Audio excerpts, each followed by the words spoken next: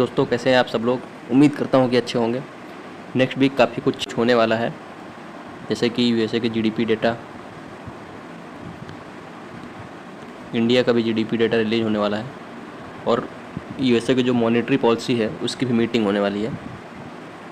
काफ़ी कुछ न्यूज़ में रहने वाला है नेक्स्ट वीक में, तो आज डिस्कस करते हैं। कुछ ऐसे ही इम्पोर्टेंट अपडेट्स रहेंगे नेक्स्ट वीक आने वाले टाइम में, जिनका काफ़ी कुछ इम्पैक्ट पड़ने वाला है इंडियन स्टॉक मार्केट में।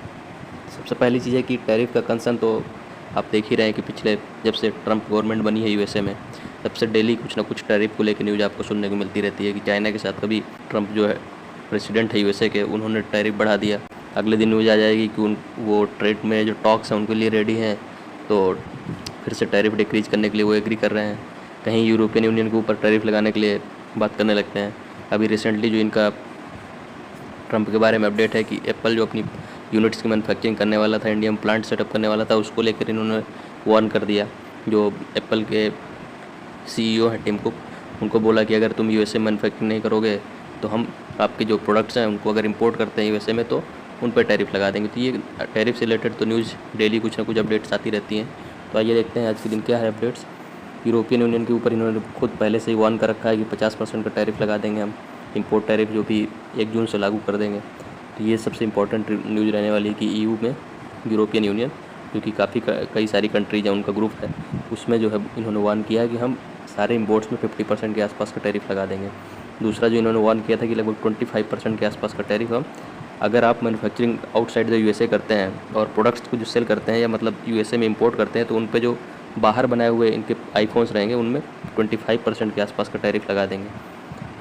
और सैमसंग को भी वार्न किया है, और भी जो टेक फर्म्स हैं जो बाहर मैन्युफैक्चरिंग करते हैं अपने प्रोडक्ट्स की और यूएसए में इंपोर्ट करते हैं अदर कंट्रीज़ में प्रोडक्ट्स बना के, उनमें जो है इन्होंने वार्न किया है कि हम टैरिफ इंक्रीज़ कर देंगे। और भी इन्होंने बताया कि अमेरिकन कंपनी जितनी भी चाइना में जो है एआई चिप्स बनाती थी उनको भी रोकने का इन्होंने बोला है। तो काफ़ी कुछ अपडेट्स ये देते रहते हैं कि टैरिफ लगाने या दूसरे कंट्रीज़ से अपना बहुत प्रोटेक्शनिस्ट पॉलिसी फॉलो कर रहे हैं कि अपने कंट्री में बाहर से अगर कोई इंपोर्ट हो रहा है तो उसमें इतना ज़्यादा ट्रेड से रिलेटेड टैरिफ्स लगा देंगे कि खुद ब खुद यहाँ पे मैन्युफैक्चरिंग स्टार्ट कर देगा। ये तो टैरिफ से रिलेटेड न्यूज़ थी। नेक्स्ट न्यूज़ है कि जैसा कि मैंने बताया कि जो यूएसए का जो फेडरल बैंक है जो वहाँ का, जिसके की हेड है जेरोम पॉवेल, मॉनेटरी पॉलिसी की मीटिंग जिसमें वो डिसाइड करने वाले हैं कि इंटरेस्ट रेट क्या रहेगा। और काफ़ी कुछ अपडेट्स हैं, जैसे कि मॉनेटरी पॉलिसी मीटिंग ऑन 20 मई को होगी। In last speech Powell longer term interest rates के ऊपर बात करेंगे कि इंटरेस्ट रेट्स अनचेंज रखते हैं कि चेंज करते हैं, इंक्रीज या डिक्रीज क्या करते हैं। इनका जो इन्फ्लेशन का टारगेट है 2% का, उसको कंसोलिडेट करने का ट्राई करेंगे। इंटरेस्ट रेट जो भी 4.25 to 4.5 है उसको जो है उसको भी कंसिडर करेंगे कि चेंज करना चाहिए कि नहीं करना चाहिए या सेम रखना चाहिए। और काफ़ी कुछ इनके लिए कंसर्न की बात है, जैसे कि इकोनॉमिक ग्रोथ को लेकर काफ़ी इनके कंसर्न है, अनएम्प्लॉयमेंट को लेकर, इन्फ्लेशन को लेकर और टैरिफ वार, ये सब की वजह से अनएम्प्लॉयमेंट और इन्फ्लेशन ये सब और इकोनॉमिक ग्रोथ भी काफ़ी ज़्यादा हैम्पर हो रही है। इनको ये सब चीज़ें कंसिडर करना है जो आने वाले टाइम में इनकी मॉनेटरी पॉलिसी है उसको। और नेक्स्ट वीक ही यूएसए अपने जो है जो फर्स्ट क्वार्टर है 2025 का जन से लेकर मार्च तक में उस क्वार्टर फर्स्ट के जीडीपी डेटा भी रिलीज़ करने वाले हैं। ये फैक्टर बनने वाला है सेंट्रल बैंक की जो इंटरेस्ट रेट होगा उसको डिसीजन मेकिंग के लिए। जैसा जीडीपी डेटा रहेगा, अगर ग्रोथ हो रही है तो इंटरेस्ट रेट को उसी हिसाब से वो कंसीडर करेंगे कि कितना करना चाहिए, इंक्रीज़ करना चाहिए कि डिक्रीज़ करना चाहिए। एस्टिमेट्स ने बताया है कि लास्ट मंथ यूएसए इकोनॉमी जो थी वो लगभग 0.3% के आसपास कॉन्ट्रैक्ट हुई थी। मतलब यूएसए इकोनॉमी काफ़ी ज़्यादा कॉन्ट्रैक्शन मोड पे चल रही है, जबकि एक्सपेंशन मोड इनका ख़त्म हो चुका है, मतलब डिक्लाइन कर रही है यूएसए की जीडीपी। और ये 2022 क्वार्टर 1 के बाद से पहली बार हुआ था कि यूएसए की जीडीपी जो है कॉन्ट्रैक्ट हुई थी, जबकि लास्ट जो क्वार्टर था मतलब अक्टूबर टू दिसंबर 2024 में उसमें जो यूएसए की जीडीपी थी 2.4% के आसपास ग्रोथ रजिस्टर की थी। मतलब यूएसए की जीडीपी ट्रंप के आने के बाद से, जब से प्रेसिडेंट बने हैं 1 जनवरी 2025 से, उस क्वार्टर में अगर देखा जाए तो पहले ही क्वार्टर में यूएसए की जीडीपी कॉन्ट्रैक्ट होते हुए दिखी है 0.3% के आसपास। क्योंकि जो बाइडेन का प्रेसिडेंशियल टर्म था उसका लास्ट क्वार्टर था, उसमें यूएसए की जीडीपी 2.4% के आसपास इंक्रीज हुई थी।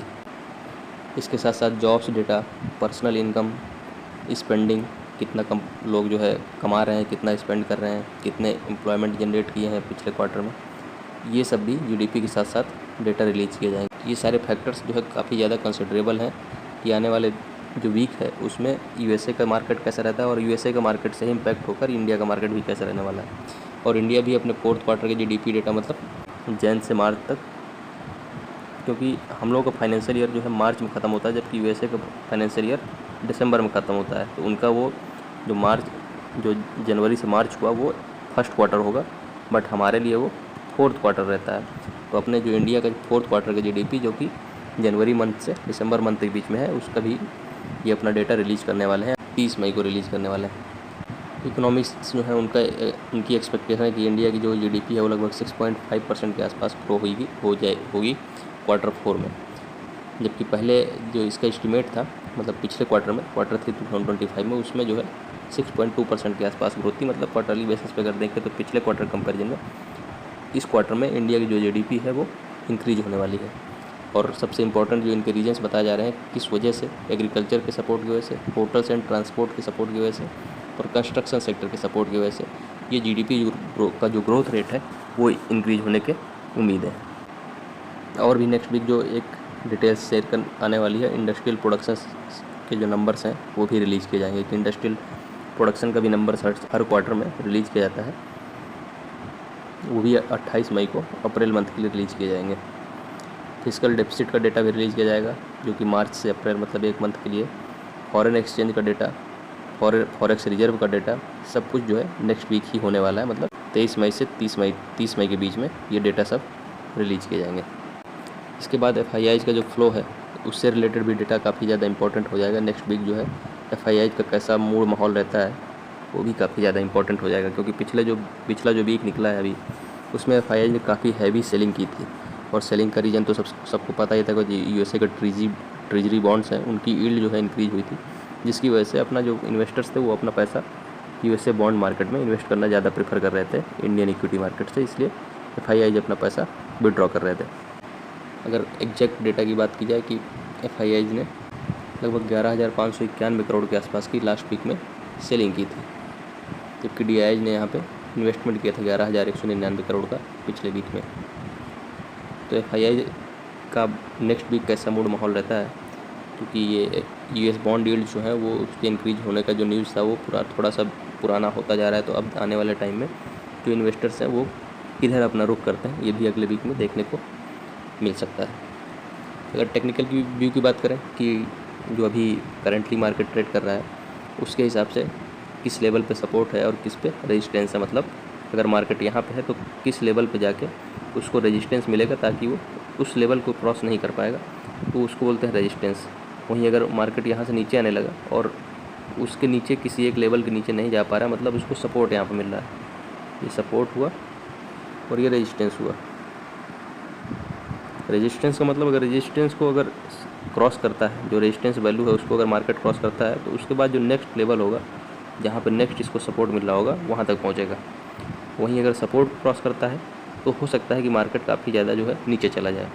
तो इसलिए काफ़ी ज़्यादा ये जो टेक्निकल चार्ट्स होते हैं इनके बेस से डिसाइड किया जाता है कि कहाँ पे सपोर्ट मिल रहा है जिससे ज़्यादा चांसेस होते हैं कि रिबाउंड कर जाएगा मार्केट, और कहाँ पे उसको रेजिस्टेंस मिल रहा है, मतलब उसको मार्केट रजिस्ट करेगा कि उस लेवल को मार्केट क्रॉस ना करे। तो ये जो डिटेल्स है उसमें देखा जाए अगर कि सपोर्ट कहाँ पे है, सपोर्ट 24,400 से 24,450, मतलब 24,500 आप मान के चले 24,500 के लेवल पे सपोर्ट है, उससे नीचे मार्केट निफ्टी जो है उसको नहीं जाना चाहिए। वो अगर रेजिस्टेंस की बात की जाए तो रेजिस्टेंस जो है 25,116 या 25,200 के आसपास या 25,300 के आसपास रहेगा। अगर 25,200 या 25,300 के लेवल मान लो, 25,300 है, इस लेवल को अगर क्रॉस करता है मार्केट तो सीधे 25,500 पे फिर रेजिस्टेंस आएगा।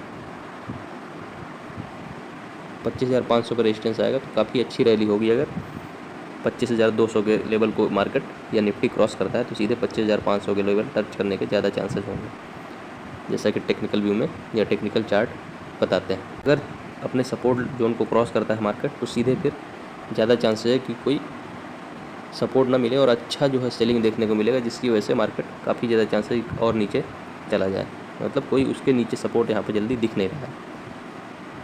तो ये कुछ थे अपडेट्स मार्केट के बारे में जो नेक्स्ट वीक हमको ध्यान में रखना होगा, क्योंकि यूएसए के जो क्वार्टर फर्स्ट है, जो मतलब जनवरी से मार्च तक का क्वार्टर, उसको फर्स्ट क्वार्टर बोलते हैं यूएसए के लिए, तो उसके जीडीपी डेटा रिलीज़ करने वाले हैं और उसी के बेसिस पे डिसाइड करने वाले हैं कि जो उनका रिजर्व बैंक है वो अपना इंटरेस्ट रेट्स कम करे या ज़्यादा करे।